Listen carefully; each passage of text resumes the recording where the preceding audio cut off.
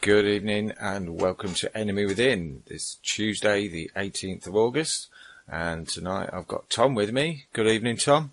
Hello, Andy.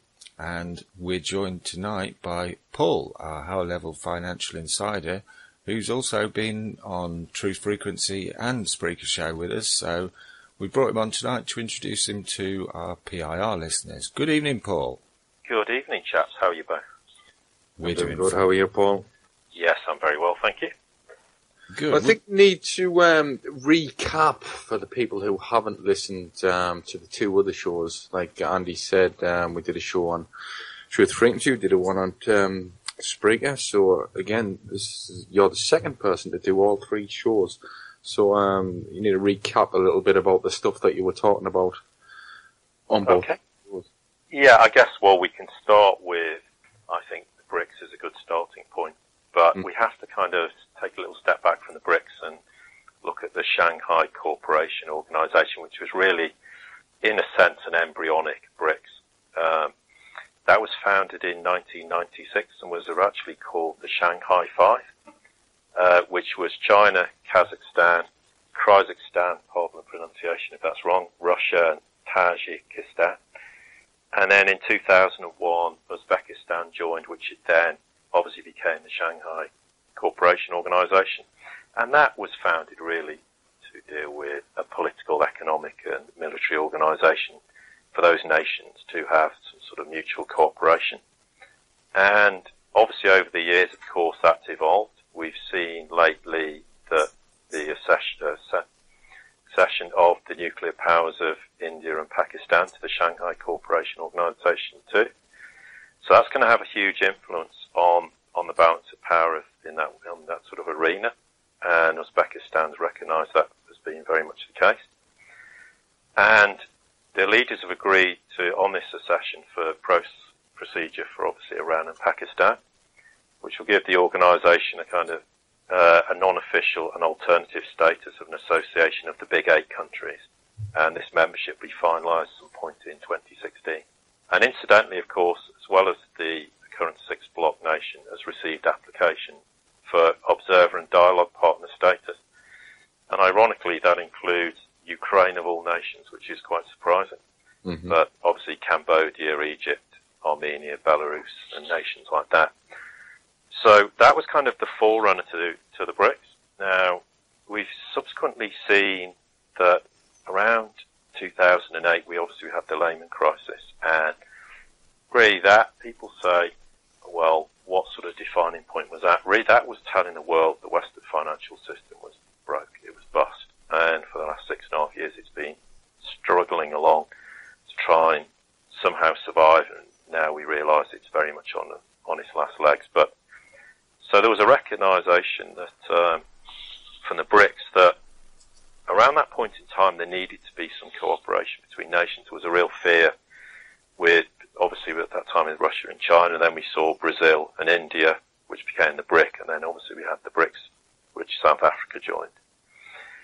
And that was obviously for economic, political union and to look at ways of where these nations could work together on the realisation that at that stage it was quite embryonic and they were a long way behind the West in terms of development.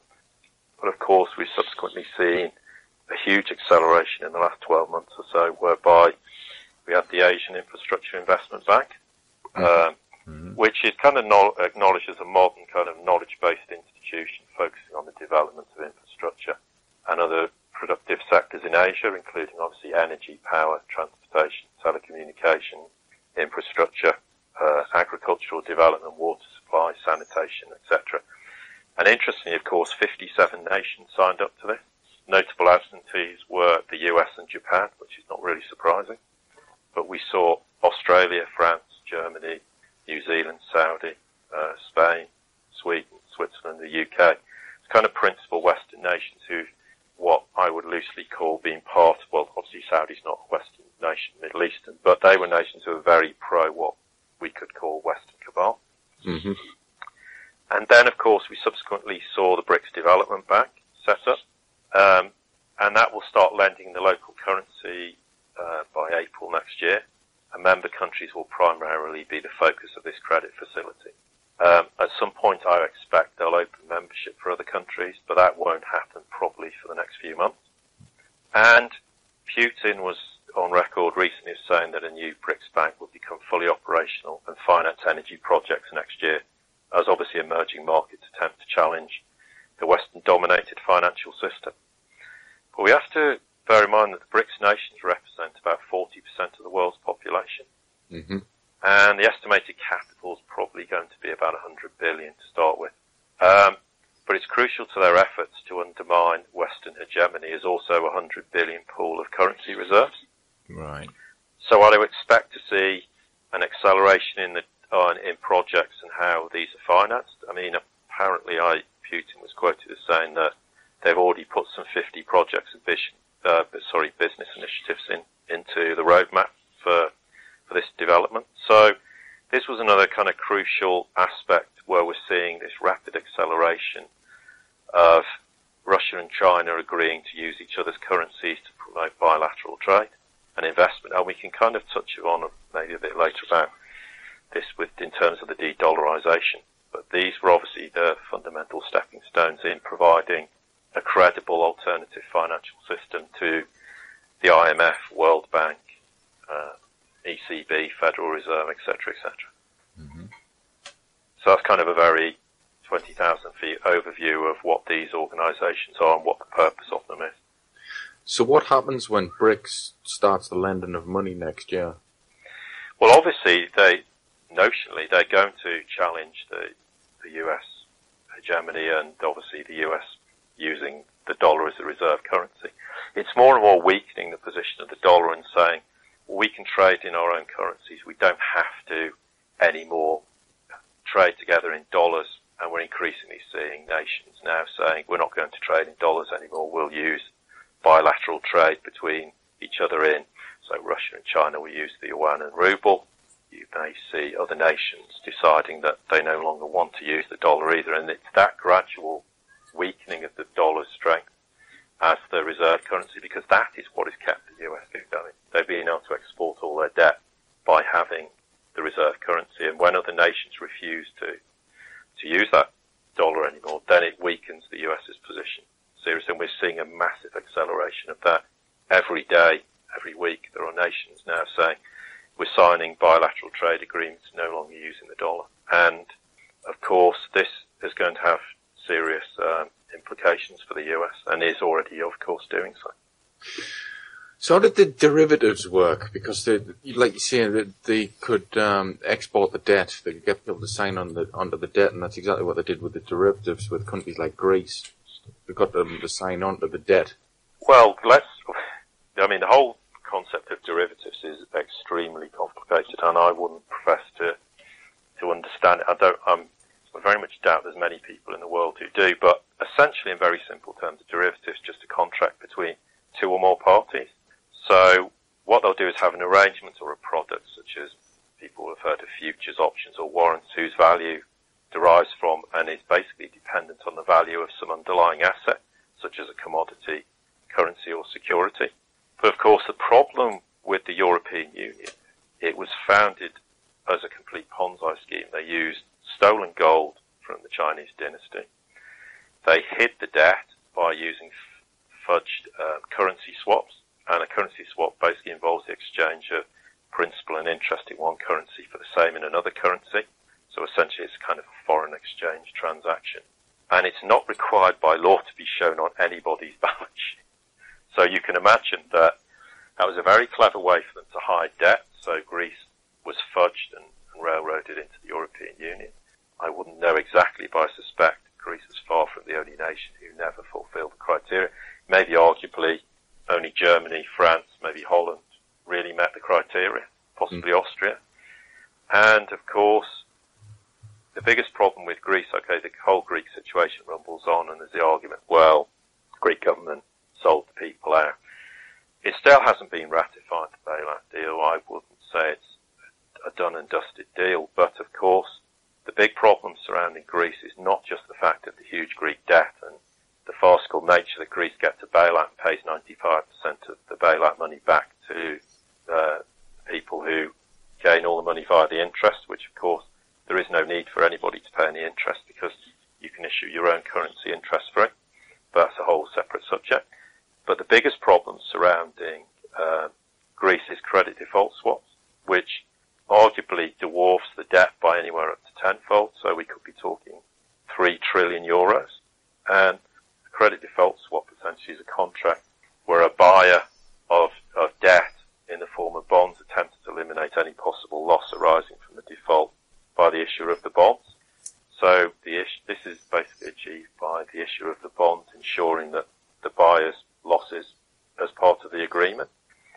So the problem with Greece is there are people betting on Greece failing. But if Greece fails, then someone's on the receiving end of 3 trillion euros of debt that can never be paid, or part of the credit default swap can never be paid. Therefore, there's going to be massive defaults, and the defaults will involve banks.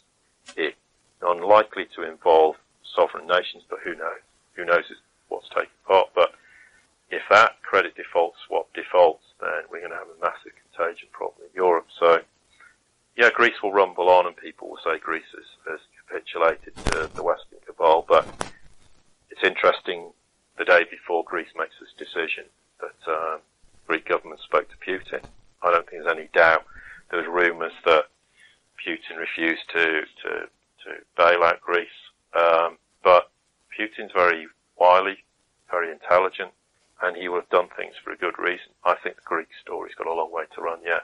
I wouldn't be surprised if the bailout never happens, but time will tell. Because, of course, other things may usurp Greece and create a far bigger problem than Greece currently poses to the European Union and the Western financial system.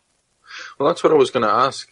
How did they have Greece basically tied in, impossible to escape?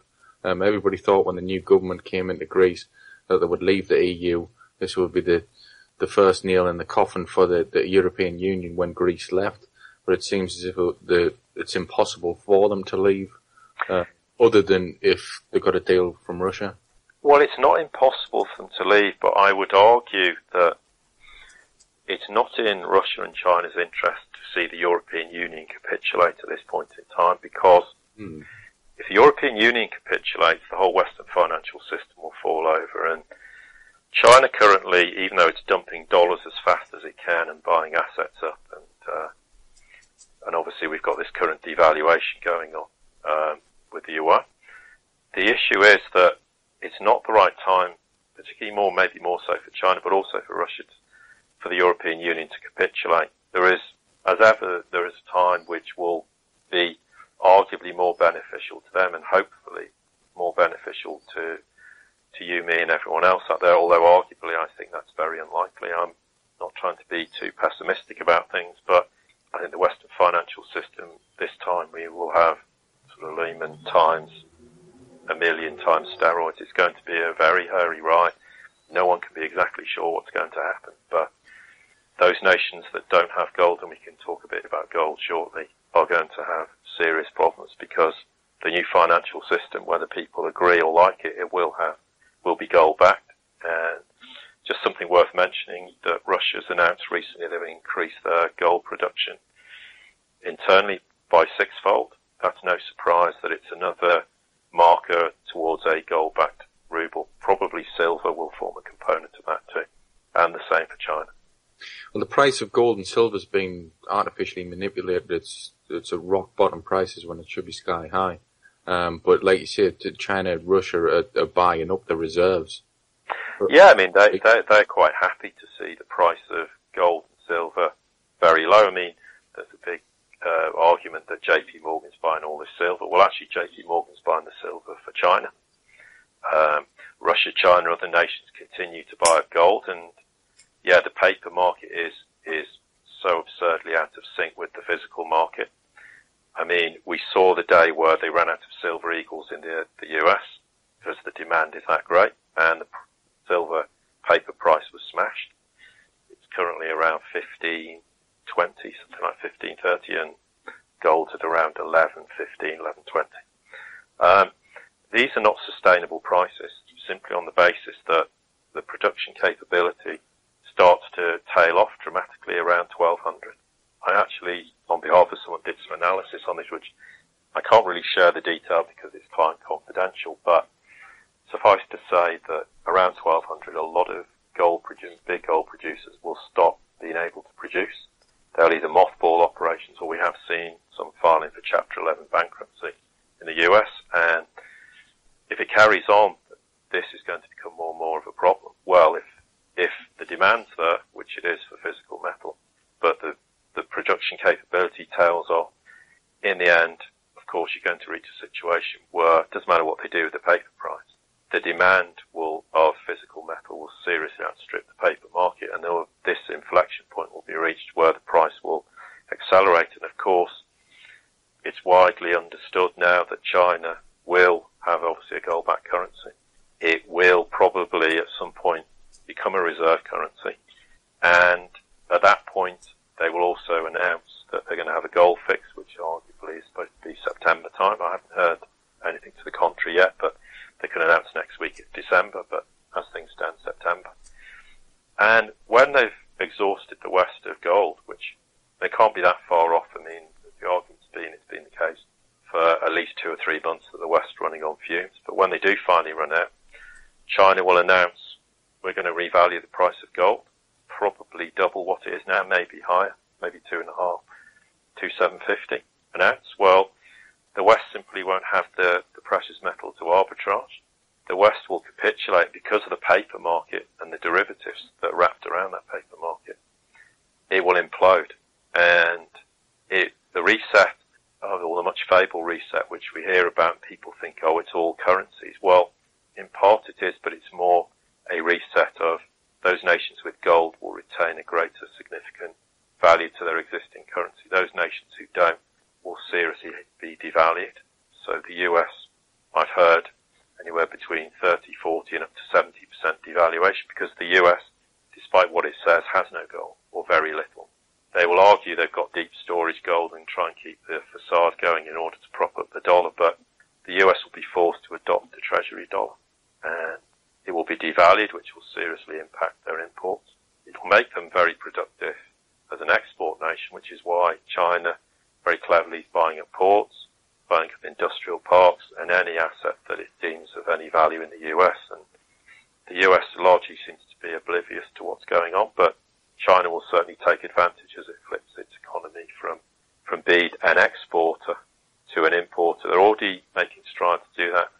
It's a difficult process to do, but they're going to have to do that because in the future they're not really going to have the same capability to be an export market with the strength of their currency, even though they're devaluing the yuan currently. But these are challenges China will face, and undoubtedly will deal with them because they're extremely clever. They plan decades in advance, and they're very meticulous and methodical in how they go about their business.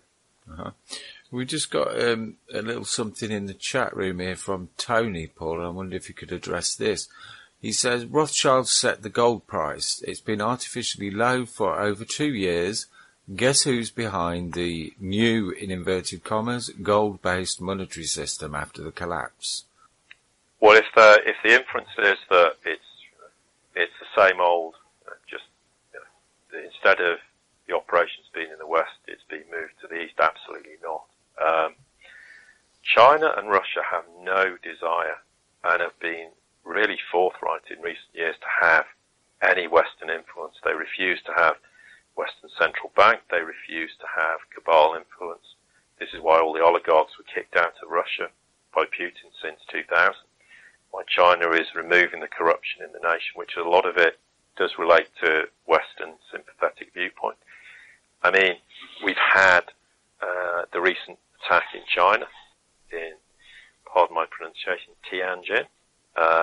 I can give you some information on that, which Fingerprint Langley has been responsible for supplying sodium cyanide to terrorist groups inside China. These terrorist groups were behind the coming attack in 2014, and also there was an attack in June of this year when 18 people died after these terrorists attacked police with knives and bombs in the Xinjiang region of China.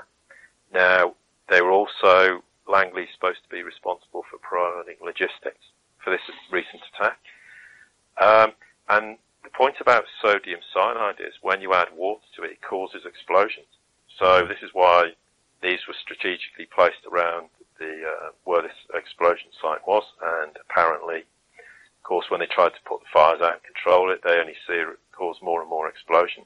There's a school of thought that said there's a nuclear attack. I can't see any evidence of that. But what I would say is, okay, maybe Langley aren't responsible.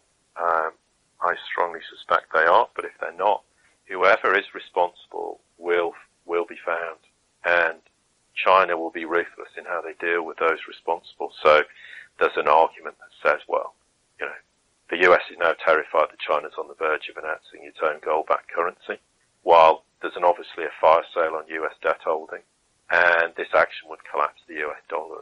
Obviously would ultimately cause capitulation of the US economy. So the US is trying to stand up and be strong against China. I think it's sadly any life lost is hugely regrettable. Mm-hmm. But in the grand scheme of things, these are very small incidents, and the US is not capable of taking on China. And China can very easily destroy the US economically tomorrow by just dumping everything in terms of its debt holdings, and also it could then say, right, we're going to announce a gold-backed currency and we're going to revalue the price of gold. So, but there will be a desire to try and cause China some problems, and there's no doubt there is terrorist factions in China who, and it's been long since suspected, have had logistical support and been given, in this case, sodium cyanide and whatever weapons to try and create these isolated and hugely regrettable incidents where a loss of lives come about, serious injury, of course. So what's actually happening on the stock market at the minute? Because I've seen the news over the past week or so, the Asian markets going haywire and selling off of assets and devaluation of currencies. What actually is happening at the minute? Well, China's devaluing the yuan. There's schools of thought that say, well, actually, of course, this is has a positive impact on the price of gold, which it has. It's also weakening and undermining the dollar by doing so. It's very hard to know exactly because China's then saying, well, actually, we're not going to devalue the yuan. And then 2 days later, of course, they do. But at the moment, they're very small amounts. If it starts to devalue it by 10, 20%, then I think we may start to see some significant results or consequences as a result of this. In terms of the Chinese stock market, yeah, there's a lot of idea China's imploding, China's bankrupt. Well, China isn't bankrupt. It has no external debt. It can perfectly service its internal debt, no problem. But the West will always like to try and portray China as being extremely weak. Well, if it has genuine 6% growth, I think a lot of Western nations would be very happy to see that, and Western nations would be very happy to have no external debt.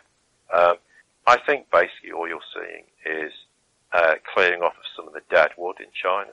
I don't think this is anything serious. But of course, at some point, if all fiat currencies, the plug's pulled on them, including the yuan, which will have to come back as a gold-backed yuan in the future, but of course they have significant gold reserves, somewhere over 25,000, probably over 30. I've even heard as high as 40. Russia, arguably, I've heard as well, has even greater reserves than that. There'll be strong currencies in the new kind of financial paradigm. But no, I'm not. Markets is very difficult. Was the Chinese stock exchange attacked? Was it some people massively shorting it? Yes. Was there a Western influence? That who knows? Maybe, maybe not. Mm-hmm. But at the moment, the markets are largely irrelevant because they're so artificially high anyway.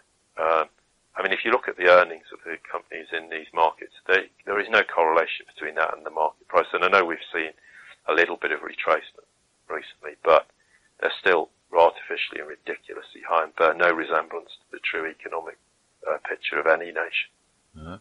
We've got a question here from Tony in chat, and he's asking, why would the Rothschilds sell the gold cheap to the BRICS countries if there's nothing in it for them? And Lee comments, it's a trap, Admiral Akbar. Well, it's not a question of the Rothschilds selling the gold. It's a question of the West. I mean, there's an historical component where the West well, a lot of Chinese gold was entrusted to the US and other nations prior to World War II. It was supposed to be returned. It never was. Yeah. There's an interesting story that says that a deal was agreed and that the gold was going to be returned. And the date that the gold was going to be returned was September the 12th, 2001. Well, we know what happened the day before that. So, is that true? Well, I think there's a distinct possibility that there is an element of truth to it, or maybe it is true in totality. But it's not a question. People think the Rothschilds own all the gold. They don't. And the problem is that China has the West over a barrel, and China wants its gold back. So a lot of this is being gold repatriation to where it belongs. But if China could basically say to the West, you will do what we want you to do, because otherwise we can sink you tomorrow. The West has very little opportunity but to say, okay, you can keep buying up the gold. The gold price itself they're a victim of their own stupidity, because they've kept massive short positions to hold the price down. Banks are holding ridiculously large short positions that they cannot possibly allow to unravel, or they will capitulate. Now, there's an argument that says, well, actually, they're trying to do the reverse and go long. Well, I very much doubt that's the case. But bear in mind that people think the Western financial system was so successful. Well, it was dying on its knees in 2008. It's been staggering for 6.5 years. It will not survive. You could say the Rothschilds themselves may come out of this and have some gold, and maybe some of the families in the US, the Bushes, may have gold holdings. But I think most of it's gone. There's all sorts of stories that big cabal members have had to sacrifice gold just to keep the fading dream alive. So no, the Rothschilds are not. There's nothing in it for them. They are capitulating. There's a lot of infighting amongst cabal families. There's undoubtedly going to increase as they become weaker and weaker. They will start to turn inwardly on each other more and more. So no, this is not a question of the West farm. Yes, there may be odd cabal people who will survive this and keep some elements of gold, but the Western financial system will not survive. It will fold and collapse, and that is an inevitability. To what the fallout's going to be for the likes of you and I, well, it's difficult to say, but I think people have to expect things to be very, very different. There'll be a transitional phase. It will be very hard. Probably the US is going to struggle for a period of time. I'm not sure. I've heard claims it will take a decade to rebuild. I think it will rebuild probably quicker than that. I think people would be surprised as pockets of states in the US which will work really hard to rebuild the nation. China wants the US to be strong, but it doesn't want the US to be strong with a Western cabal that's destroyed nations through what I call the unholy trinity of death, destruction, and grand larceny. Anyone who doesn't do what they want to do suffers those consequences. We've seen throughout history how that's been the case. A lot of people have seen these ghost towns that are set up in China, which nobody lives in. Massive towns. Some of them actual replicas of cities in the world, like Paris. And it seems to me that they've set up these towns ready for people to move in. Oh yes, undoubtedly. They weren't just built to keep people in work and have construction jobs and to support the iron ore and steel industry. Not at all, no. And I mean, move into the country, not the normal population. Yes, yeah. I think China and Russia are expecting in the future to have huge immigration. I think it's probably fine. There's a lot of people from the West who will likely to move there. I mean, as much as we malign the Western financial system, there are a lot of good people in it who are very, very capable. They have a lot of experience, and they will be a major asset to China, I think, and Russia from a kind of auditory perspective as much as sort of regulatory things as well. So, yeah, I think you'll expect to see China and Russia anticipating a huge immigration into those nations, and this is why China has built these supposed ghost towns. You have to bear in mind that there was talk of 2010 of the capitulation of the West, and then things weren't ready. So China has a plan. China doesn't care whether this gets done in 2015, 2020 or 2040. Obviously, it's going to happen. In my estimation, no later than next year, we'll have the massive major reset. But they don't think in terms of years; they think in terms of milestones and events happening, and they will move very methodically as they are. And they have seriously, obviously, accelerated the process. And no doubt, the Western cabal will lament the day they decided to meddle in Ukraine, because that was a clear indication at that point of an acceleration in Russia and China's desire to move forward all the various processes to wrestle control of the financial system away from the Western cabal. Is there a danger that it could move too quickly for the BRICS nations? No, because China will work on a milestone basis. So as every milestone's knocked off, when they're at the right point in time, this financial reset will happen, the gold price will be revalued, and we'll have a complete currency overhaul based on the nation's capability to be gold-backed, silver-backed, or commodity-backed in some way, shape or form. So no, China will do it when the time's right. They won't push the button sooner, because there's a lot of impatience amongst people in the West to say, we're sick of the Western cabal, they've destroyed our nation, they're continuing to destroy our nation. And the US is in such financial difficulty now. Its infrastructure's in a very poor state, its health service is decaying through the whole Medicare, Medicaid programs. We've had obviously somewhere in the region of 100 million economically inactive people there, which effectively means unemployed. We have 60 million people on food stamps, where if the food stamp program stopped tomorrow, they will literally starve to death. We have tented villages of people with massive repossession of property. We've seen cities completely capitulate, like Detroit. I mean, Detroit one time was a huge city, massive, thriving car industry, etc., etc. Now it's just virtually a ghost town. So these nations are now extremely weak, and China is trying to obviously buy up, as I said before, in the US reports, etc. It's also bought up huge amounts of Africa, so it's divesting its dollars. But no, there's no risk that they'll pull the plug sooner. I mean, what did happen in 2008, there's a point worth mentioning that everyone said, well, the cabal did, it was an inside job to pull Lehman. No.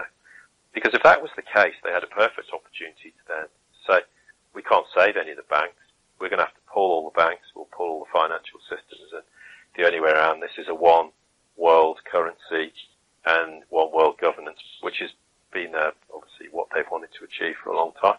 They simply were caught on the hop because China inadvertently dumped a lot of mortgage bonds, because ironically the West wouldn't give them their gold back. But by dumping the mortgage bonds, they caused a subprime crisis, which then led to artificial collapse of Lehman's to save Goldman's and AIG. This wasn't the Western cabal's desire to create this financial implosion. They were the victims of it. They were desperate. They were hours away from the financial system collapsing. But of course, they propped it up.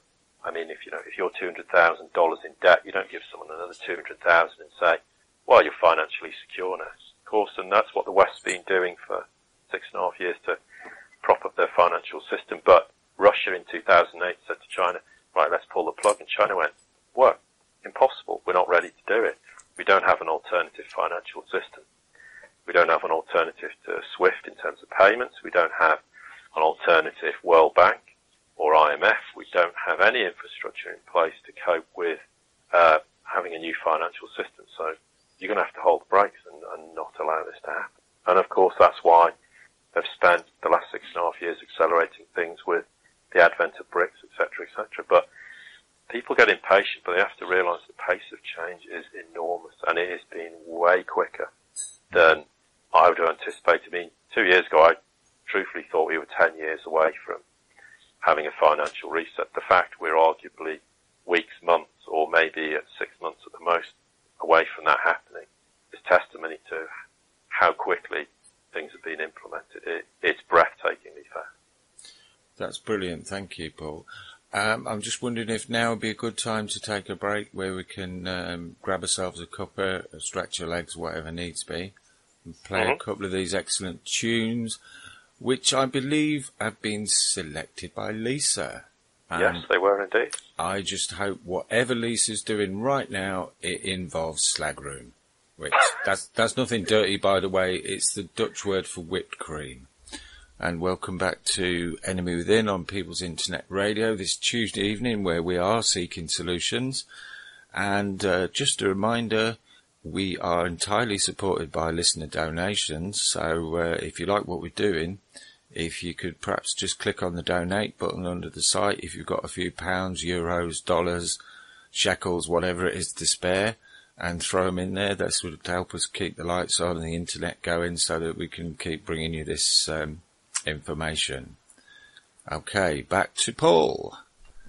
Yes. Hi. You're still there. Good, Paul. I am indeed. So have we pretty much covered BRICS as far as a recap goes? Yeah, I mean, I think we've obviously touched a bit on the gold side of things, and we've brought in the fact that this isn't some kind of transfer. I think a point worth making is a lot of people are very frightened and kind of nervous of the fact that all we're seeing is a switch of power between West and East, but in fact the same protagonists are going to be still in charge. Absolutely not. And I have to be very unequivocal about that. There's no way that we're going to see the Rothschilds or anyone else, the Bushes, Rockefellers, still in control come the end of this. This is a whole new paradigm, and it's going to involve big changes, not just financial changes. I think we will see a big change in how people's attitudes. We're going to see a change in the education of people in the world, because the Western education system, in my opinion, is failing rapidly and has been for a long time. It's less about education and more about just regurgitation of information and give people bits of paper and say, oh, well, you're really well qualified, but we need education with enlightenment. People need to get back to realise what is important. And what is important isn't materialism. It isn't about having money at the expense of everything else. It's about everybody working together in cooperation. And you know, we all know ourselves, if you get on with your neighbours and you work together in a small way, you can be very productive, it can be very helpful with each other. And if we expand that into nations, then it's beneficial to everyone. And we need to get away from this idea that money is the be and end all, and at any price we need to be rich, and who cares who we stamp on in the process. These kind of things have to change, and people say that's very ideological and it's not going to happen. Well, I actually think it will, because if we do have a huge financial reset and currencies are devalued and people lose an awful lot of their money and their pensions arguably may be flushed as well, when nobody's got anything, people are going to turn around and say, well, we're going to have to work together now. We're going to have to cooperate. And it will take time. It will be a challenge, but there'll be plenty of employment opportunities for people, and people who have amazing talent now that isn't recognised will get recognised. And when we have that explosion of creativity and talent and ability, and people who are really capable of being a prime minister as opposed to a puppet prime minister, or who's very capable of being a chancellor or working in organisations who at the moment would never be given that opportunity, when they're given that opportunity, then we're going to see this massive explosion of creativity, and nations will thrive and become strong again. And there won't be a need to have the US hegemony, which is we control everything and anyone who doesn't agree with us, we destroy. A strong world and strong nations working together will be hugely beneficial to everybody. And we've got to start thinking like that. And it's up to every one of us to change and to believe that is a real possibility, and we can make that happen, because we can. There's no doubt about it. Yeah, we've got before we move on from that subject, Paul, we've got a question here from Lee, uniquely in the chat room, and he says, does he have any idea of Spain's position in the BRICS, and how big a portion of the mortgage market share do they have realistically? I got no idea what Spain's position is in terms of mortgage. I mean, and I'm not sure anybody could really know. What I would say with regard to Spain, Spain has got huge financial problems. You know, it's got unemployment issues. It's very much like Greece and the so-called pigs nations, Portugal, Italy, Greece, Spain. They've all got big financial problems. The issue of can they join the BRICS? Well, yes, they could. but it rather like Greece, will they, at this time? No.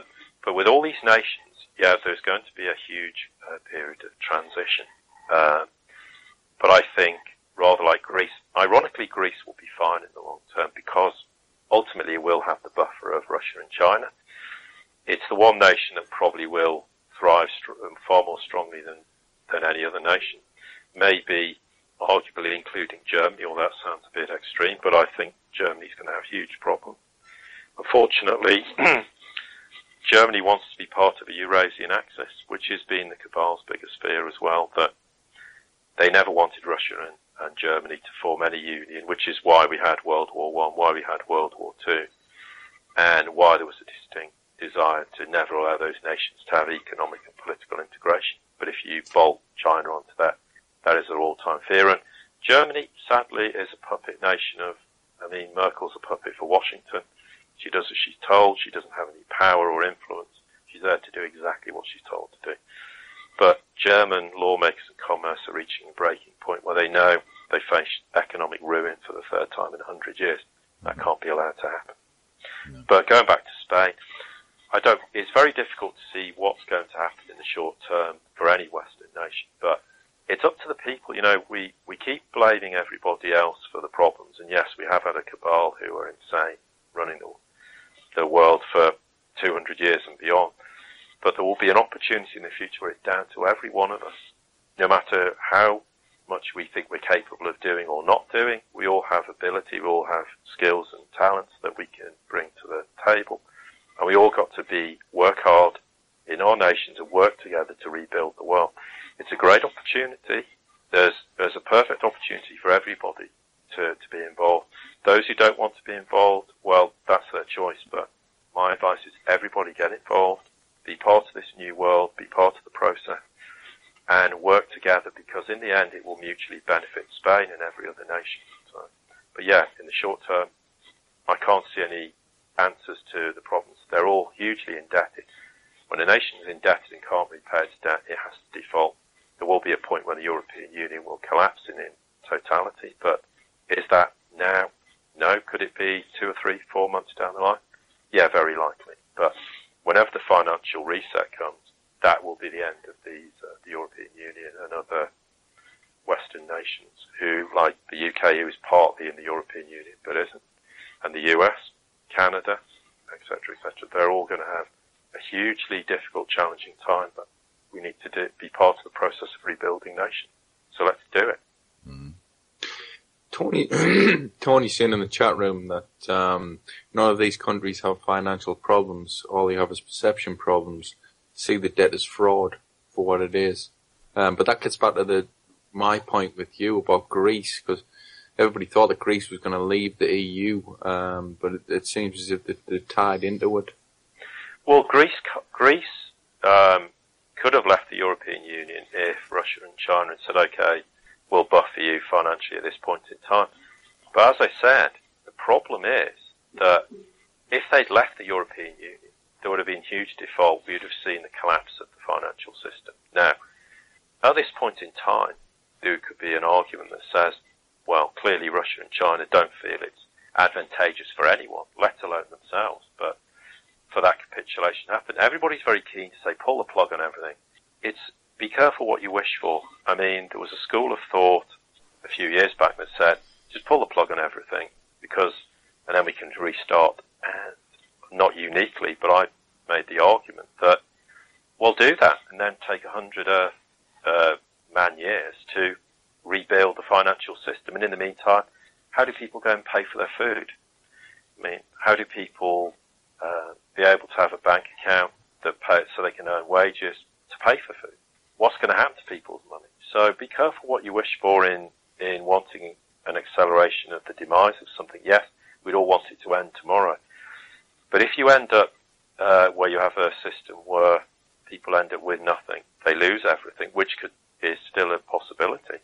Don't get me wrong. You've got to be extremely careful that you don't look back in the future and go, oops, we wished for this and look at where we've ended up with it. So, yeah, Greece could have left, but I don't think at that point Russia and China were prepared to say, look, we'll back you the way you want us to, so, you're just going to have to, unfortunately, go for the bailout. But the bailout program's not being ratified, so there's a lot of mileage to run with that, so be careful that we don't kind of assume that this is a done deal.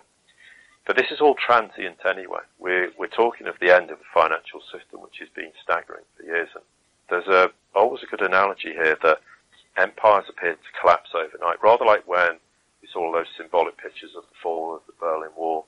That was the end of a long process that had been going on for quite a few years, and we're in the same position now with the Western financial system. It's creaking, but when everyone becomes aware of it, they'll go, wow, that collapsed overnight. No, it's been collapsing for a very, very long time. And arguably since the day derivatives were allowed to come into existence, that was the beginning of the end of the Western financial system.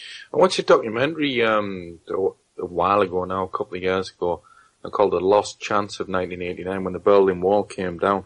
Now, what the smart people were trying to do is say, right, here's our opportunity, the fall of the Soviet Union, the fall of the wall in Germany, so let's have a fast maglev train that goes all the way from Germany through to Russia, and let's all work on going to space and doing really good stuff. But that was mothballed because that wasn't in the plans of the Western cabal. No, I mean, well, exactly. But there's an interesting story surrounding German unification. German unification came at a big price to Germany. And yet there was agreement, at the wall, fall of the Soviet empire, but Germany, price it paid for German unification was you're going to have to join the European Union.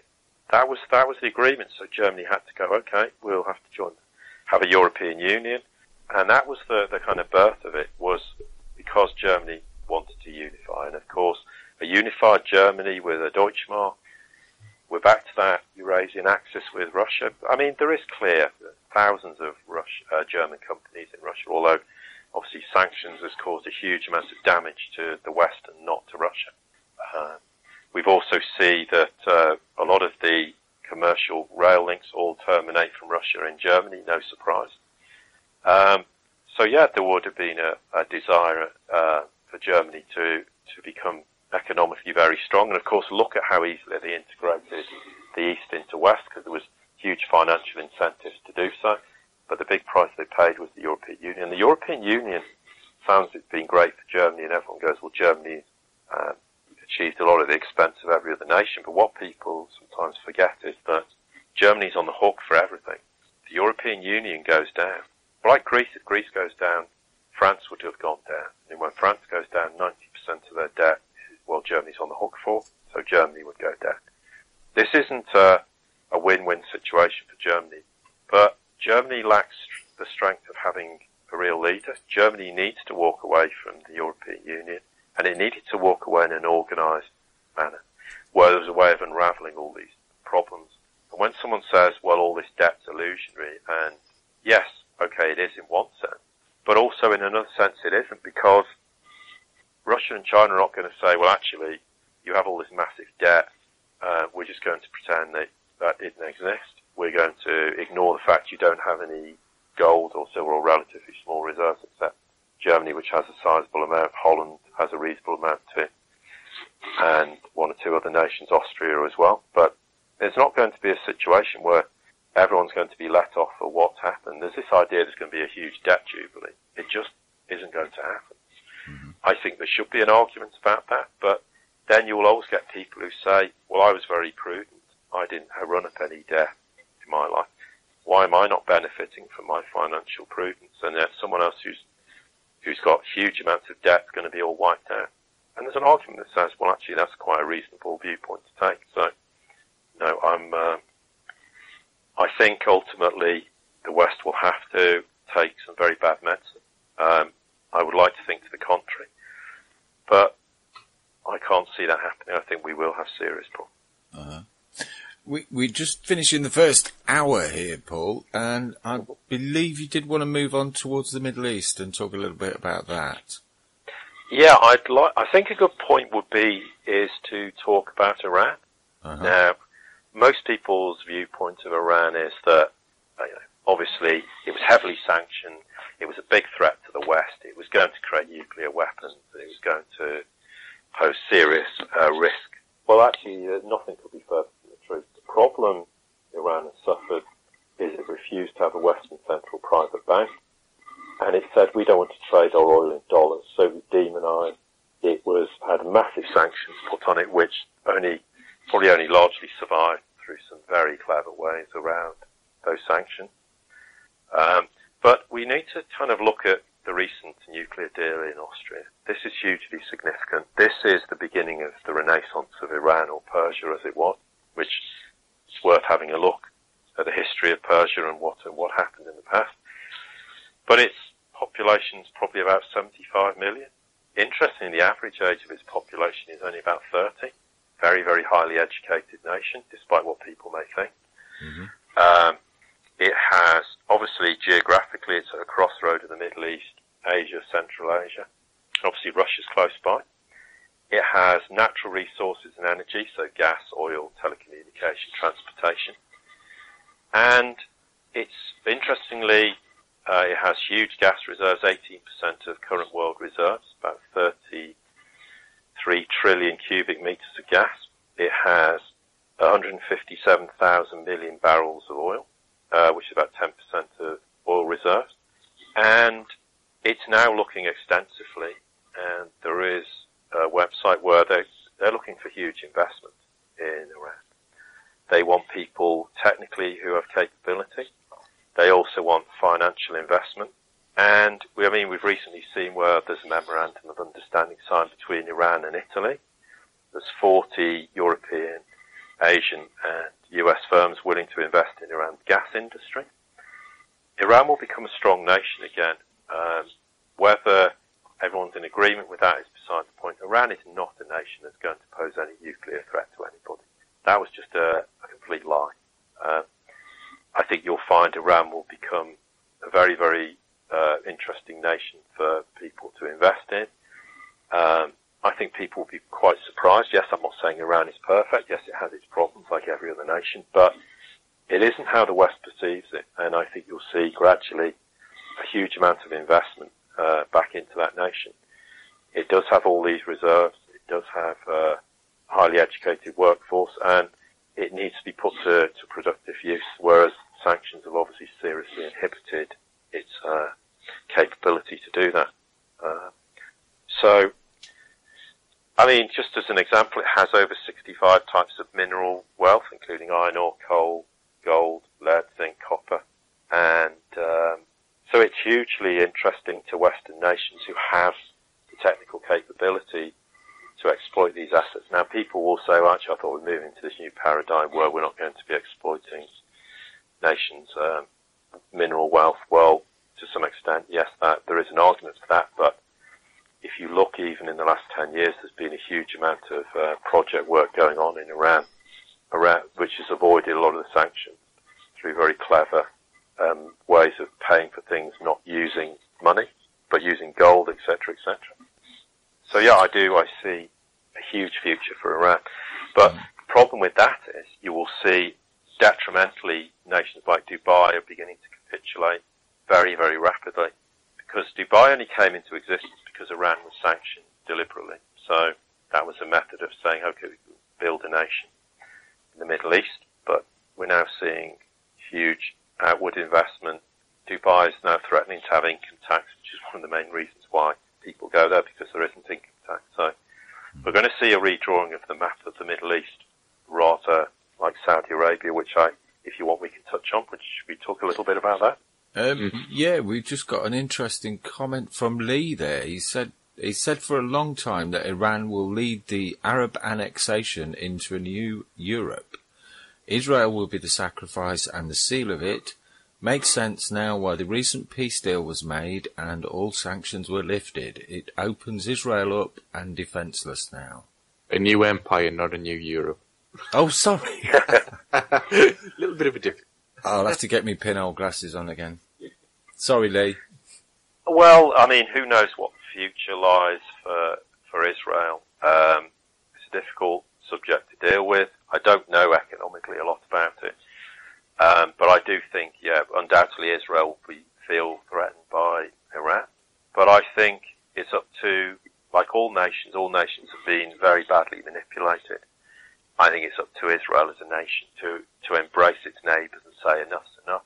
We don't need to have leadership that is on a war footing every 5 minutes and wants to go around destroying nations who don't do what it said. It's time we all grew up and moved on. This is, it's 2015. We should have got past the idea of clubbing each over the head as a method of imposing our will on others. So, yeah, in terms of Saudi Arabia, I mean, there's an announcement today where King Salman and King of Saudi Arabia and King Abdullah of Jordan are supposed to be visiting Russia for the MAX 2015 air show. Apparently, Putin will be there at the same time and there'll be an audience with him. We're seeing this gradual movement away from Saudi being a controlled puppet state of the US to saying, no, we're opening our doors, we want to deal with Russia, China. We realise the world's changing, we've had enough of being a puppet nation, because despite the fact everyone thinks how rich Saudi is as a nation, it would have been considerably richer given that a lot of its oil profits have all been stolen and ended up back in the hands of certain US families. This is something people aren't aware of. So, yes, undoubtedly the only slight problem is I think the House of Saud is not going to survive. I think it will fall. What replaces it in Saudi will be interesting, but without a doubt the Middle Eastern maps is being redrawn, but not how the Western cabal wanted it to be. They wanted to have caliphites. Whether people like it or not, want to accept it. ISIS is financed, armed, and given logistics support by the West, and remains the case. It's a Western terrorist organisation. I don't think that's an extreme word to use. Whose sole desire is to wreak havoc in the Middle East. It is not way it's portrayed to be a religious war amongst Sunni Shiites and the Kurds, for example. This is just an utter nonsense. And ultimately, of course, ISIS will fail. It will not achieve its objective to destroy and conquer and divide and conquer the Middle East and create the Iraqi, three states of the Sunni Shiites and the Kurds. That will not happen.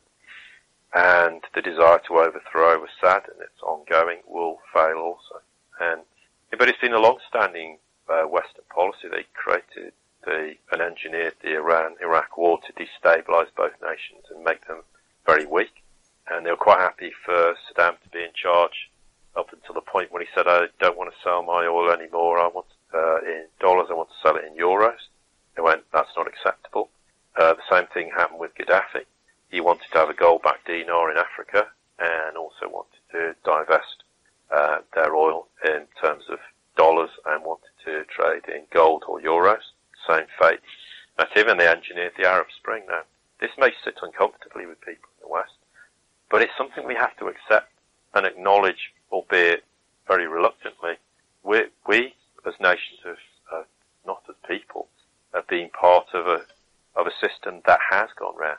It puts people in charge, but as soon as they don't do what we want them to do, they remove them with catastrophic consequences, whether people like Gaddafi or not. The nation was far more stable than now, which is out and out civil war. And you notice, Libya was the big poster child for the Arab Spring. When did you last see a Western news source in Libya extolling the virtues of this wonderful Arab Spring? You don't see them, because if they went back there and showed people what was really going on, people would seriously question what did we actually get involved in? Can you remember when that first started? I remember Obama on the news talking about the Arab Spring, saying, "Oh, this is a wonderful thing. People are asking for good governments across the Arab nations. This is going to be wonderful." But my question is, what happens to Saudi Arabia? Because it sounds from what you're saying, it's not going to be a collapse like Libya or Iraq, or it's not going to be in a state that Libya and Iraq or Afghanistan are in. It's just going to be not as influential as it was. Well, its oil reserves are diminishing. There's no doubt. The Guar made their major oil reserves pumping huge amounts of water now. The problem is, and it's always been a big concern, okay, if the House of Saud doesn't survive, what takes it over? We're going to see in the UL some kind of form of democracy there in government terms. Well, let's hope so. The problem is, does the House of Saud survive long enough that we don't get some transitional government there that is actually hugely detrimental to them as a nation. I don't honestly know what would replace it at the current time. There is an argument, there's an uprising of wanting democracy there, and we all know as a nation that it does have huge human rights issues that it needs to address, and it has and obviously an economic disparity that needs to be addressed. But what happens if the House of Saud fell tomorrow? It's very, very difficult to know. I couldn't honestly give you an answer that I'd have any degree of confidence in. But yes, I mean, Saudi Arabia is going to have to reinvent itself, because ultimately when its oil reserves run out, what's it got left? It has nothing. And this is why it knows the West is failing, and it knows it has to turn its back on Western nations who, or the US particularly, who it's been a puppet nation for, and embrace the new paradigm. It knows the new paradigm is going to be born in the East, so it has to logically try and grab some crumbs from the table of that. So we'll see how things develop in Saudi, but it's going to be very interesting for sure. Well, it was set up by the British Empire, and basically its sole purpose is to control the oil price. So when that's taken away, who knows what happens? Well, of course, there's the whole business with the oil price. We're back at sort of $42 a barrel. Mm-hmm. I've gone on record it will be sub 30. I think before the end it will go to 25, even $25 a barrel, which is completely unsustainable. The consequence, we will see the whole shale industry in the US will collapse. I mean, it's all propped up with junk bonds. The junk bonds will fail. The damage it will do to nations is severe, but it's a consequence of a financial system whereby it's not sustainable, the price. There isn't the demand there was, and that demand will tail off more and more, and I do expect to see the price collapse. And 25 sounds extreme, but I think it's very likely to happen. You're talking about what Saddam was doing in Iraq. The major part of it was to shut the oil taps off. There's more oil taps in Texas than there is in the whole of Iraq. And basically Saddam was pumping out too much, so it was affecting the oil price. That's why they went in to switch the taps off. They've done it all across the world. The oil companies move in, and they go into these states like Kazakhstan, all these ex-Soviet states, and they'll say, we're going to build up this area, we're going to tap the oil. They start building up towns and building casinos, and everybody thinks, oh, this is going to be great.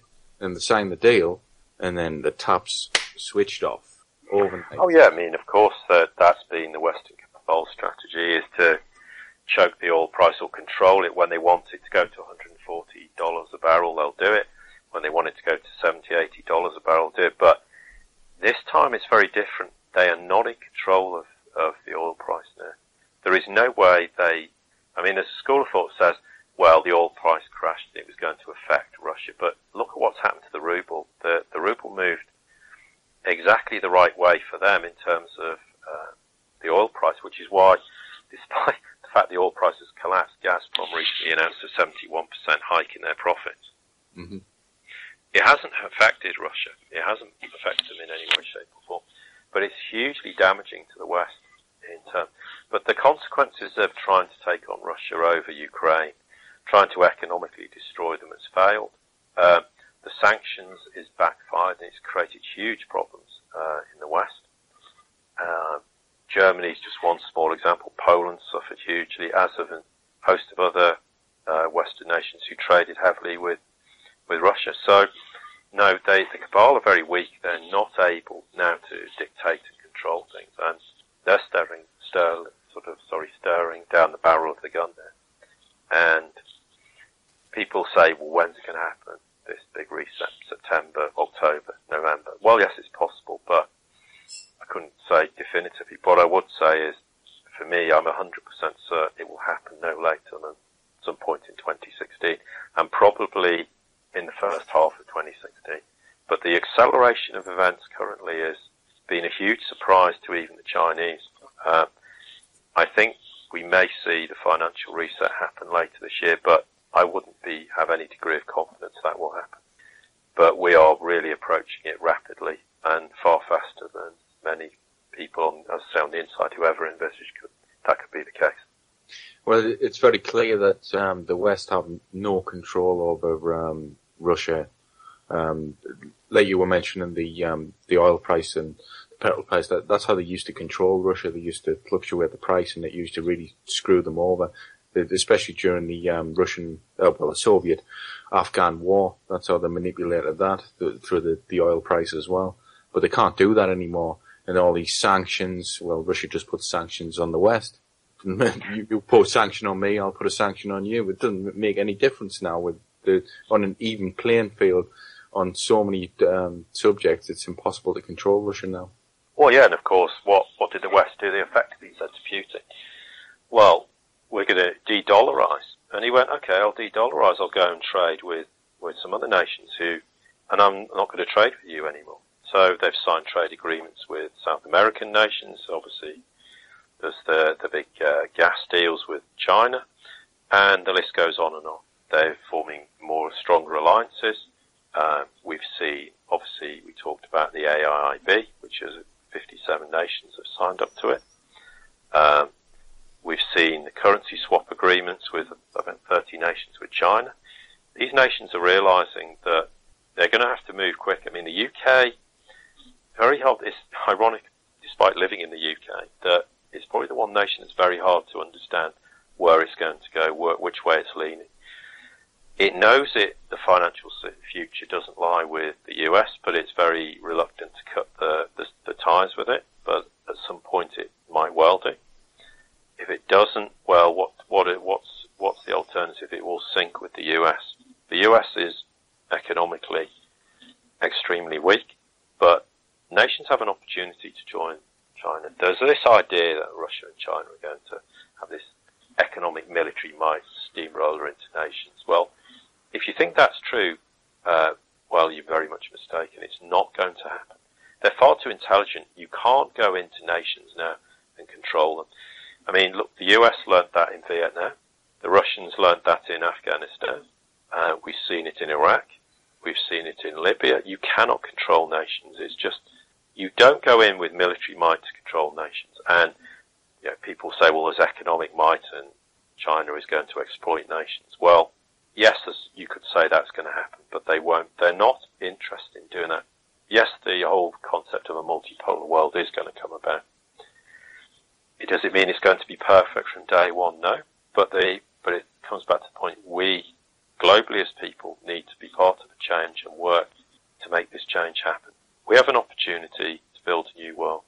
We have to grab it with both hands. There's no excuses in the future that we can't affect some change, because we can. Lee, in the chat room, he was saying a while ago in the chat room, he doesn't see people giving up paper currency, so easily, and just moving to a new system of working together. He doesn't see that happening. Well, what are people going to do if we have, for example, in the US, that we don't have the dollar as a reserve currency, and people are issued treasury dollars that are devalued 70%.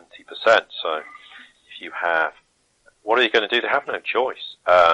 If we have to replace existing pounds, sterling, or European nations will arguably have to go, maybe, do they go back to the Deutschmark, the French franc, or are we going to see some kind of euro currency that's gold-backed? Whereas people like you and I will not have a choice as to whether we accept it. There will be paper. This is not to say that the reset means it's the end of the paper financial system, but it's not going to be a fiat currency financial system, which is just one gigantic Ponzi scheme of printing money backed by nothing that has no value. Now, we come back to this argument of gold, and people will say, well, you can't buy a loaf of bread with gold. But that's not what the point of gold is, or gold and silver ownership. The point is, it's a store of wealth. If you look over the last 6,000 years, an ounce of gold then will buy you today, then what you can buy with it now. So, what the point about owning gold and silver is not, I'm going to go and buy a loaf of bread or scratch a bit of my ounce of gold off. It means in the future where what you can buy with paper today, a loaf of bread, you're going to be able to buy thousands of loaves of bread in the future with an ounce of gold when you exchange it for the currency. Because we're going to still have to have paper currency. Long term, there's an argument we will lose paper currency. But paper currency can't just disappear overnight. We can't have because we're still going to have to go out and work. We're still going to have to pay bills. We're still going to have to. But the problem with the financial system isn't that it's paper-based. It's how it's being ruthlessly manipulated to destroy nations economically, to loot nations, steal all their assets, drive people into poverty, into debt, and make us debt slaves. That's the problem. Not having a financial system with paper-based money. But if you have gold-backed currencies that have a store of wealth, then the financial system has credibility. There's people who don't agree with that, that's fine. But whether they agree or not, that is what's coming. And it's not necessarily going to be ideal from day one, but it'll be a huge step in the right direction. And it has to happen. We can't carry on with a financial system of paper money that's just, people probably aren't aware that the banks have been bailed out for trillions secretly. This is, over and above what people think QE's be. QE came in not to prop up economies, it was just to bail out the banks to keep them going. And why would any cabal who could sink a financial system keep propping up a financial system to the extent they had, knowing that every time they do it, they're destroying their own financial system and weakening it on a daily, monthly, yearly basis? Which is another argument why 2008 wasn't a cabal-controlled implosion. Absolutely not. There's a good point in the chat room from Lee talking about the cashless contactless systems that they seem to be moving to. So people are moving away from the paper currency anyway. Do you see that as the future anyway, the paper currency being removed and it's just a swipe of a phone or a swipe of a card or what? That's a possibility. The problem is, as soon as we go down that route, we start to go, this is a cabal-based financial system where paper won't exist anymore. And we have a cashless society. Is that a possibility? Is it going to be in the new financial system? Truthfully, I have no idea. I've not heard it is. It doesn't mean it won't be. But will it be ethically based? Do people have a real problem with not having cash on them if they can pay for things in that manner? Well, it depends how it's implemented. So if it's implemented correctly, it's not a problem. People will say, well, actually, I think that's an infringement of that I can't pay for cash with things. Well, maybe it is, maybe it isn't. The point about this is we have to have an ethically based financial system that works for everybody. Provided it works for everybody and it's in everybody's interest, then I don't have an issue with it. If someone wants to bring in a financial system to replace the current one, which is kind of just a glorified fiat currency system where we're all going to be debt slaves for forever and a day, that's a problem. But also the issue is, well, how do we generate wealth for people? Because if someone's got money to invest in a bank, if there's no interest paid on anything, then people can't earn any interest. They can't grow the money. So how do we grow money? And there's an argument that says, well, we don't need to. Well, maybe we don't, because will we have an inflationary financial system? If you look at the whole central banking system, it causes the inflation. So there's a lot of arguments that says we don't need to have things the way they currently are. And eventually we won't do, but that's probably 10, 20 years away. We're going to have to go through a transitional phase of having a financial system that works better, but will people be able to go and borrow money to buy a house at zero interest? Probably not. Maybe they will, maybe they won't, but if everybody had a fixed rate mortgage of 0.5% and the house prices were realistic and people were able to go and have jobs and earn decent money and have a standard of living that was befitting that everybody on this planet should have. And it's a good point to raise at the moment that we roughly spend $1 trillion a year on weapons to kill people, to subjugate people, to put people in fear and terrorize. And for a tenth of that cost, we can feed, clothe, sanitize, and provide a dwelling for every person on this planet to a very high standard. If anyone doesn't think this current world is insane, there is your answer. It's absolute insanity. And it has to change. Well, it seems so ludicrous what is happening in the West. There's no investment in infrastructure or any industry or anything that's going to drive a profit. It's just investing in a bottomless pit. And the only people that are investing are the BRICS nations. And that's driving profit. How can you get out of debt if you're not driving any profit for yourself? Well, a point of view, if we look at the Western model, was all service-based economies, which it's a bit like taking a pound and recycling it until the end the pound's worthless. Yeah, we need to have productive nations that do produce things, do have items to sell to other nations, and to grow the economy. But there's been no desire. I mean, we've seen the deliberate destruction of Western economies. I mean, the US sold out to China with a very strange deal back in the late 90s, which basically exported a lot of their market. So China became a huge exporter to the West. Of course, that's in the process of changing. But we've seen in the UK how what's service-based economy. And the idea is, well, without this wonderful city of London and financial system, the UK would be bereft. Well, no, that's nonsense. The financial system doesn't produce anything that's beneficial to the likes of you and I. But we need to go back. We could have a thriving agricultural industry in the UK and other nations which would produce a lot of quality, very affordable food, minus all the chemicals that are pumped into the food chain. Mm-hmm. No GMO. I mean, we've seen soil depletion to the rates where the nutrients in it are so poor now. But we could easily have a thriving agricultural industry which could employ a lot of people. And ultimately we should have basic requirements in the nation that everybody can have an affordable dwelling. It doesn't have to be a palace, far from it, but it does a good standard of workmanship in these properties where people can buy food cheaply and of good quality. The same with clothing, heating and lighting, and give everyone the basic requirements that every human being on this planet should have. And then we should be looking at how we can change the economic base of nations so that we do all work together, that we can have a strong economic base. And if everyone cooperates and works together in a mature manner, then we can achieve this very easily. But if we decide we want to carry on behaving immaturely and allowing nations to bully other nations, then of course things aren't going to change. But we're at the point where those nations' capability via their proxies to bully other nations is coming to an end. And I was told a few months back that on the world stage, nobody's frightened of the US anymore. Washington are regarded as weak, pathetic, laughingstock of the world, because people don't take them serious anymore, which is why you're not seeing the US able to go out on a world stage. And when I say the US, I have to qualify this. This is nothing to do with the American people. American people are being ruthlessly manipulated. It is probably the most manipulated planet on the nation, and yet people think, oh, I'm living the American dream. Mm.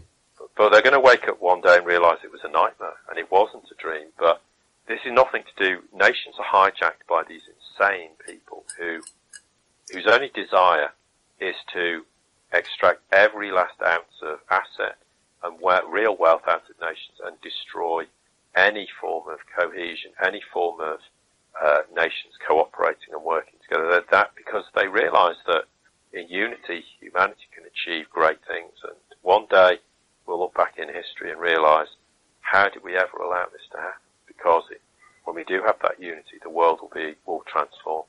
And there's no doubt that day will come eventually. But the path to get there is going to be very tough. But that's where we all need to work together to achieve those goals. Well, there's manipulation through the media and TV in every nation in the world nearly. And when you go to America, you realise that how people have strange ways of thinking in America. Some people do. When you see their TV and you see the things that they get away with on TV as well, the advertising for pharmaceuticals, and you're like, what? And you see the ends of these pharmaceutical adverts may cause cancer. What? This is allowed on TV? And then you see the quality of the news shows and what they're putting across, and it's the thing in America is it's one talk point all day long. It's like a DJ taking over on radio. You know, they switch DJs during the day on radio. It's like that on the news in America. They just switch the DJ talking about the same talking point all day long. So that they've fed something that we haven't even heard of in the UK. It happens all the time. When I used to do the show, we used to do a video show, when people would come in and say, why are you not talking about this subject? What are you talking about? Because that's all they've been talking about on their news all day long. I mean, yeah, no doubt the Western media sources, it all comes out of the Associated Press, which is all controlled. The whole news is contrived. I mean, I can talk. I mean, it's incredible that you look at the advertisements in European nations and the UK, and apart from the language being different, everything's the same.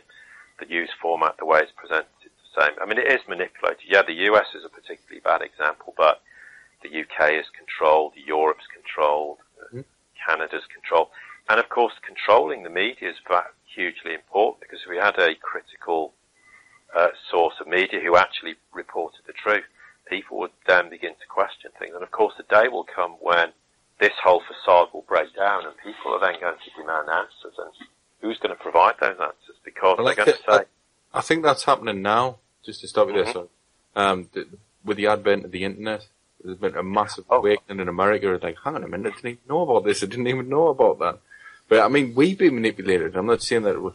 That's why I said every nation in the world is manipulated. But to the point they are manipulated on TV, it is unbelievable for an outsider going into the country. I'll be back there in 3 weeks' time, and it'll be amazing to watch their TV again.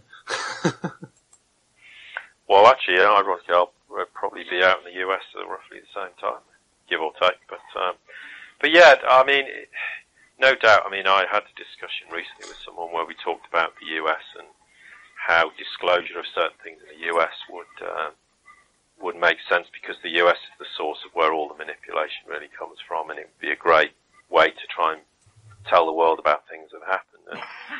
And to some extent, I think that's a valid point. I kind of disagreed with them at the time to some extent, and I've gone away and thought about it, and they make a lot of valid points. I'm not saying, though, that it should be presented that the US are the saviours of the world, and because they had the disclosure there, but there's an argument that says it would be a good starting point to try and start to tell people the reality of things. But the problem as well is you have to be careful how you do that, because you could create untold damage by telling people, well, actually, you have to realise that your entire financial system was a complete scam, it's a complete Ponzi scheme, it's a lie. Your political system is illusionary, it doesn't matter who you vote for, you get the same government, and et cetera, et cetera, et cetera. By the way, all these world wars were engineered, and have a guess who bankrolled Hitler into power? Well, it was an American bank. You know, the list goes on, and people are going to go, hang on a minute, how the hell did this happen? And they could react very, very aggressively, and it's a big fear. I think you have to be careful. I'm not saying people should know the truth, because they should, but how do you go about telling people the truth in a way that you don't either completely shock them, which could have serious health implications for people, or you may shock them in a way where they react very violently and aggressively, and people just rampage and start smashing cities up. And I'm not saying that's going to happen, but there is a risk you'll get small pockets of this where people will see it as an excuse just to riot and cause significant civil unrest. But I do come back to the point, I think, when the chips are down, most people react. They'll be very frightened, but they will react positively. I think most of humanity will surprise us in how they do work together. I mean, we've seen it in wars where nations unified and worked together. Okay, the goals may have been flawed in some way because the whole wars were engineered and they weren't fighting for their own freedom. But that's not the point. The point is they did work together, and people pulled together for common purpose to try and get through, which was horrendous times for everybody in whatever nation they were in.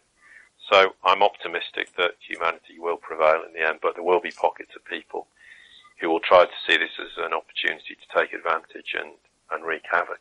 But hopefully they'll be very small and they'll be manageable. You'd be worrying people there, Paul, with the use of the phrase common purpose. Yes, I know people don't like that term, but look, there's fundamental traits in humanity of, I always use the point, treat everybody how you'd like to be treated yourself. That's a common goal that we should all aspire to. Mm-hmm. We need to work together to help each other. There are common goals. Now, I know people don't like that phrase, but it's how you interpret it. I think the reason people don't like the phrase is this pseudo-charity who's training tomorrow's leaders today and has infiltrated the whole system right across Europe. And they're a pretty dangerous force, in my opinion. Oh, agreed, and that's not the common purpose that I'm referring to. The common purpose is is humanity behaving in a mature, sensible and respectful manner towards each other, and realising that we've all been ruthlessly manipulated and we need to work together to rebuild this world. That's the common goal. That couldn't be any more divorced from all the common goals that this insane lunatic cabal has been trying to foster upon humanity under, and trying to say, oh, it's all for your own good. Absolute nonsense.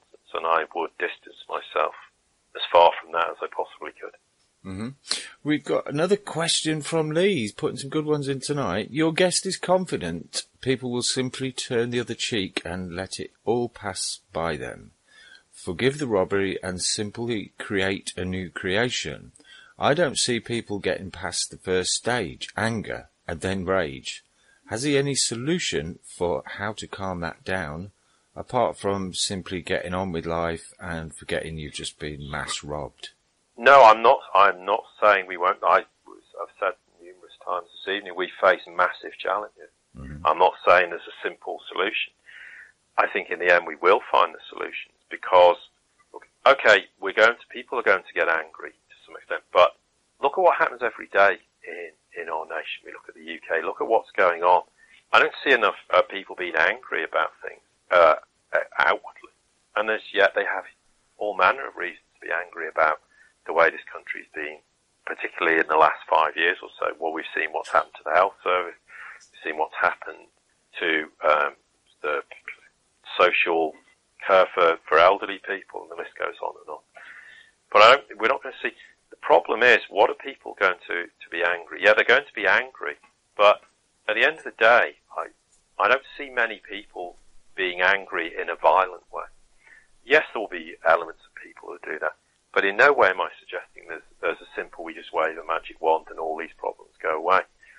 But I think the issue is that very quickly people will realise, well, if you've got to take an average street in any country, the UK, US or anywhere else, the average person is going to sit there and go, well, I've got nothing if the worst case scenario happens. Or there's a period where the banks shut down, or whatever scenario comes to pass.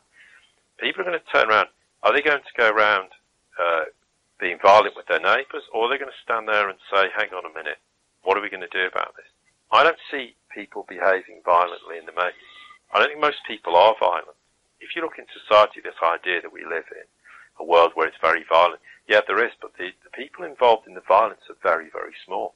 Most people just don't want to behave that way. Most people just want to get on with their life as best they can. They're not really interested in trying to become criminals or to become involved in activities which is detrimental to other people. The proof is we see that is absolutely the case. So, but no, there's no kind of magic wand. There is going to be tough times. How long is that going to take? I don't know. Nobody knows. The trouble is we're in uncharted waters. We don't really know exactly what's going to happen in the short term. But eventually there'll be some sort of normalcy. Things will normalise. It will take a period of time. But it doesn't mean everybody's going to have no quality of life ever again. It's just a complete change in the financial system. To what extent is this going to happen in the UK? I don't know. I don't know how much is the pound going to be devalued? What does the devaluation process mean? But for sure there's going to be a big transitional phase. But I'm not underestimating the severity of the problem, far from it, but I'm trying to keep a balanced view. Let's not get hysterical about what the problems are. We're going to have to work together to resolve the problem. Will there be interim governments to replace the current governments? Very likely. Who's that going to involve? What's that going to involve? Don't know. None of that's very clear, because I understand what the East are doing. It's very transparent how they're operating. How the West is going to react to these changes, it's very difficult to know. To give you an answer that, I could give you a lot of speculative suggestions, but none of them are going to be concrete. So therefore, it's not worth speculating as to the outcome of what's going to happen. It seems to me that the biggest problems, the biggest potential for unrest is the US. I just don't see any other way out. Unfortunately, I believe that if the financial system collapses, then you're going to see major riots, major problems across America. Well, I think there's always that fear. I mean, ironically, the fact that the US people retained their right to bear arms is probably what saved them from total capitulation by the cabal, and the cabal being extremely successful in enforcing what they wanted in the world. There's a school of thought that says, well, if things are really bad, how are people going to react when they've got guns? Well, who knows? I think the US does face big challenges. It potentially could turn into a very, very nasty situation there. But equally, I think we need to be careful we don't underestimate the strength. I mean, underneath the facade of what the US is, the US people are very patriotic. They may believe in a nation that is an illusion as it stands, but those people will realise that they need to work together. Yeah, there'll be a period where it'll be complete shock, fear, and people will be angry, but very rapidly there'll be parts of the US where these people will galvanise, work together and go, we've got to rebuild this nation and finally make America a strong nation which can stand up in the world and be proud as a nation of people in what its country is doing. Not that it's been hijacked, controlled, manipulated. And that is the big difference. But yeah, I think there's every reason to be fearful of what the short-term consequences are. But I do think you'll see things in the US turn around.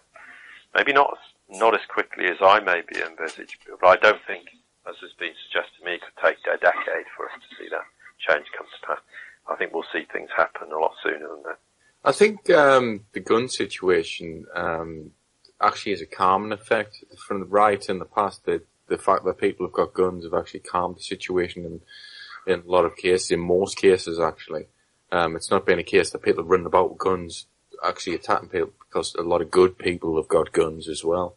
And it actually calms the situation. I just worry for the places like Chicago and New York where they've got major gun controls. That's the areas where you can see major problems. Maybe, but I mean, the problem is we're kind of speculating as to what may happen. Yeah, I mean, without a doubt, I mean, the argument that gun control was beneficial to the US is a nonsense. It's actually saved the US that they haven't had their level of gun control, despite their desperate attempts through all manner of false flag events in the US to try and engender the idea everyone needs to surrender their arms. Absolutely not. Yeah, that said, there will be parts of the US. I mean, I think we have to look at the US as 50 separate nations. Some of these areas are going to thrive a lot quicker than others. Some will be far more ingenious than others and resolve their way out of it. Some areas will struggle more. You may be right about New York, you may not be, but it's not an idea that there's going to be a blanket solution for every state in the US. Every state will have to work on its individual merits and resolve its own set of problems. I mean, some states will struggle a lot more than others for a whole variety of reasons, but ultimately, time will tell us to the extent of it. But the US economically is in big trouble. There's no doubt about that.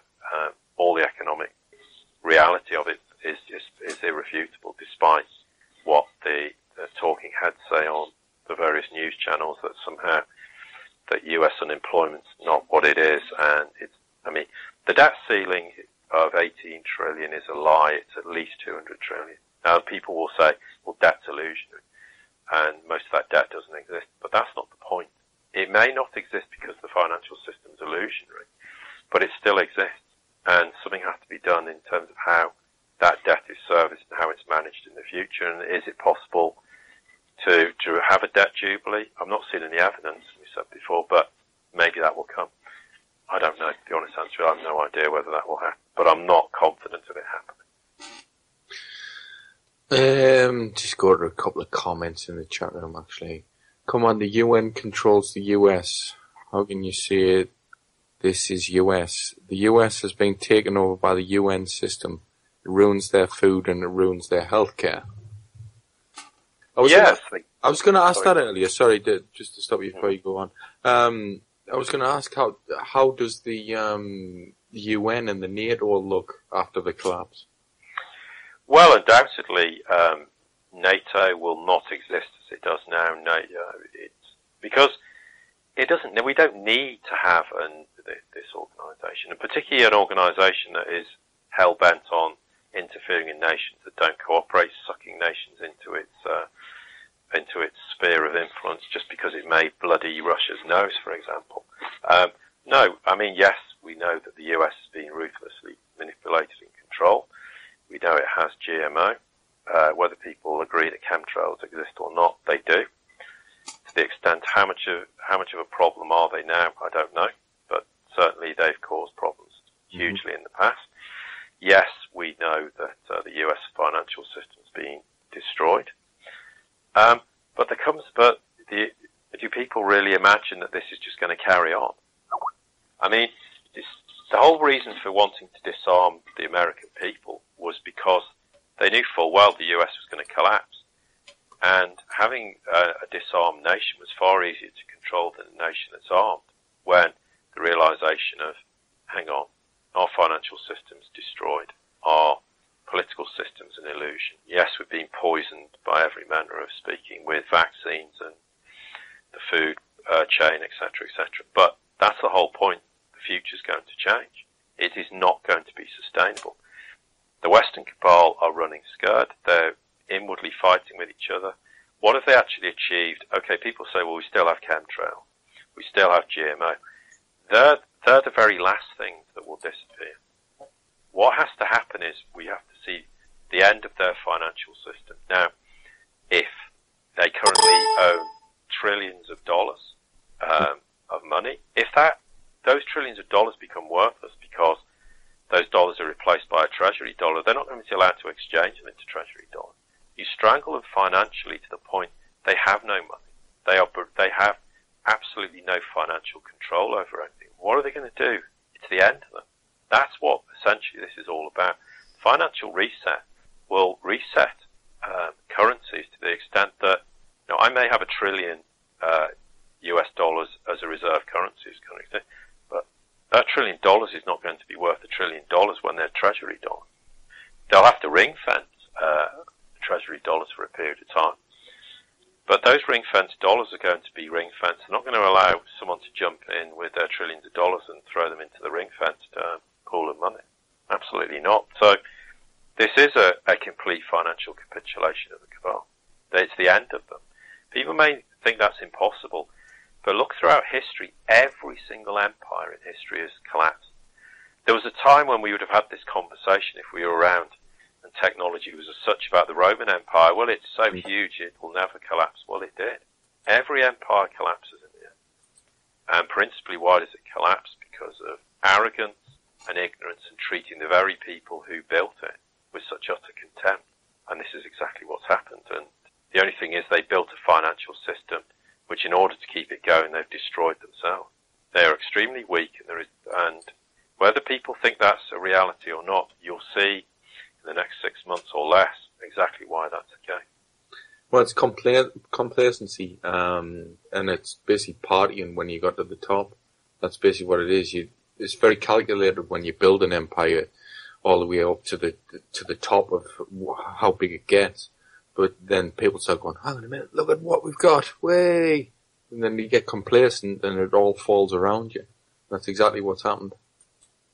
Well, yeah, they did. They created the internet and thought they could subvert humanity, and the internet blew up in their face. It was one of the biggest mistakes they ever made, because, as you said, it spurned a whole kind of new generation of alternative media, and people were able to distribute information and share ideas, and re-educate people's viewpoints on a whole manner of things. And so they have.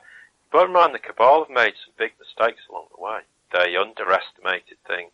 They overestimated their capability. And they produced a financial system that they got too greedy and reckless, and they introduced derivatives, which probably ultimately will be their downfall. And they did. So they made some big mistakes along the way.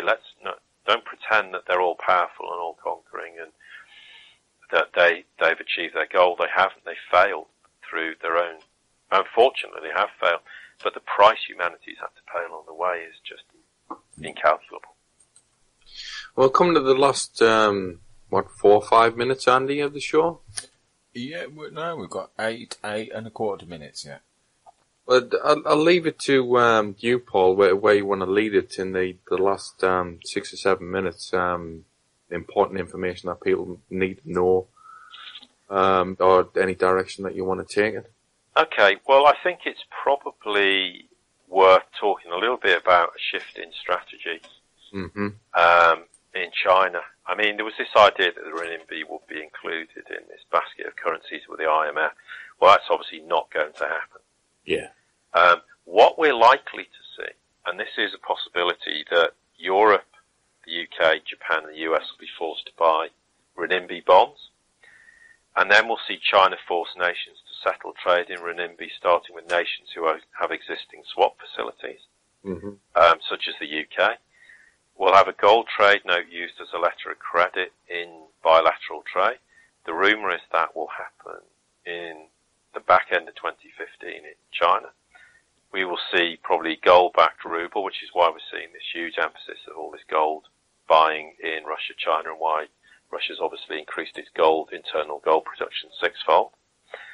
And that's why they've been accumulating these huge amounts of gold. Don't believe the official figures that come out. China, there was an article that kind of got buried which said China had at least 10,000 tons. They're now going, oh, well, actually we've got 1,600 tons. Absolutely not. It's hugely greater than that. And then we'll start to see a gold standard. We'll probably start in trade first, and then it will move into the banking sector and into currencies. So that was probably a shift in strategy we'll start to see. I understand in the next 2 or 3 months we'll see some big events start to happen, which may involve the financial reset at the back end of it, or maybe there's sort of hiatus for a period of time. But these will start to give us a better, clearer indication of what's going to happen in the future. Bear in mind, there is an element of, whilst we understand it, we're seeing things happen and events unfold, the precise nature of exactly what this financial system will be is not absolutely clear. And anyone, as was said to me recently by a good friend of mine, anyone in the West who thinks they have all the answers is just so wide of the mark.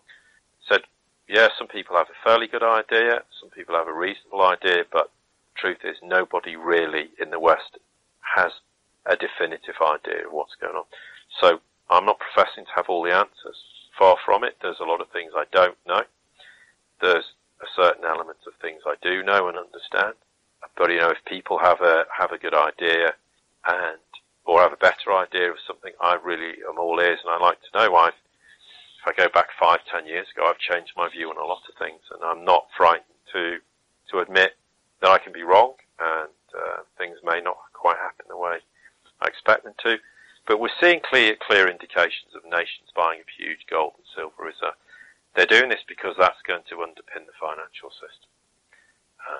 And that is irrefutable. We're seeing massive amounts of those kind of movements of precious metals to Russia, China and other nations. That is the big indication. We're seeing the de-dollarization. That is irrefutable. So there are massive indicators of these big changes happening. And the West is powerless to stop it. Would we have believed that if they wanted to crush Russia 5 years ago, they would have done it easily? They failed. They haven't been able to do it. That shows the relative tenacity of Russia, who will never fold to the cabal. It shows, whether people like Putin or not, that he's a real chess player. He knows how to move the pieces around and to avoid the capitulation of a nation. But it also points to the weakness of the Western cabal. They failed in Iraq, they failed in Syria, they failed in Russia. The list goes on. They're not achieving their goals the way they were. And that is another clear indication of this seismic change in the world. And I think that's probably a good point to finish on. Thank you very much for coming on the show once again, Paul. Please check out the Facebook page. It's Enemy Within Radio, all one word. If you're searching on Facebook, it's best to search enemy_within. And it's at Enemy Within Talk on Twitter, and it's www.enemywithinradio.com. We'll be back on Friday on Off Within Their Radio. Thanks very much. Much appreciated, and enjoyed it very much. Thank you very much, Paul. It's always a pleasure. So, thank you very much. We'll see you Friday, folks.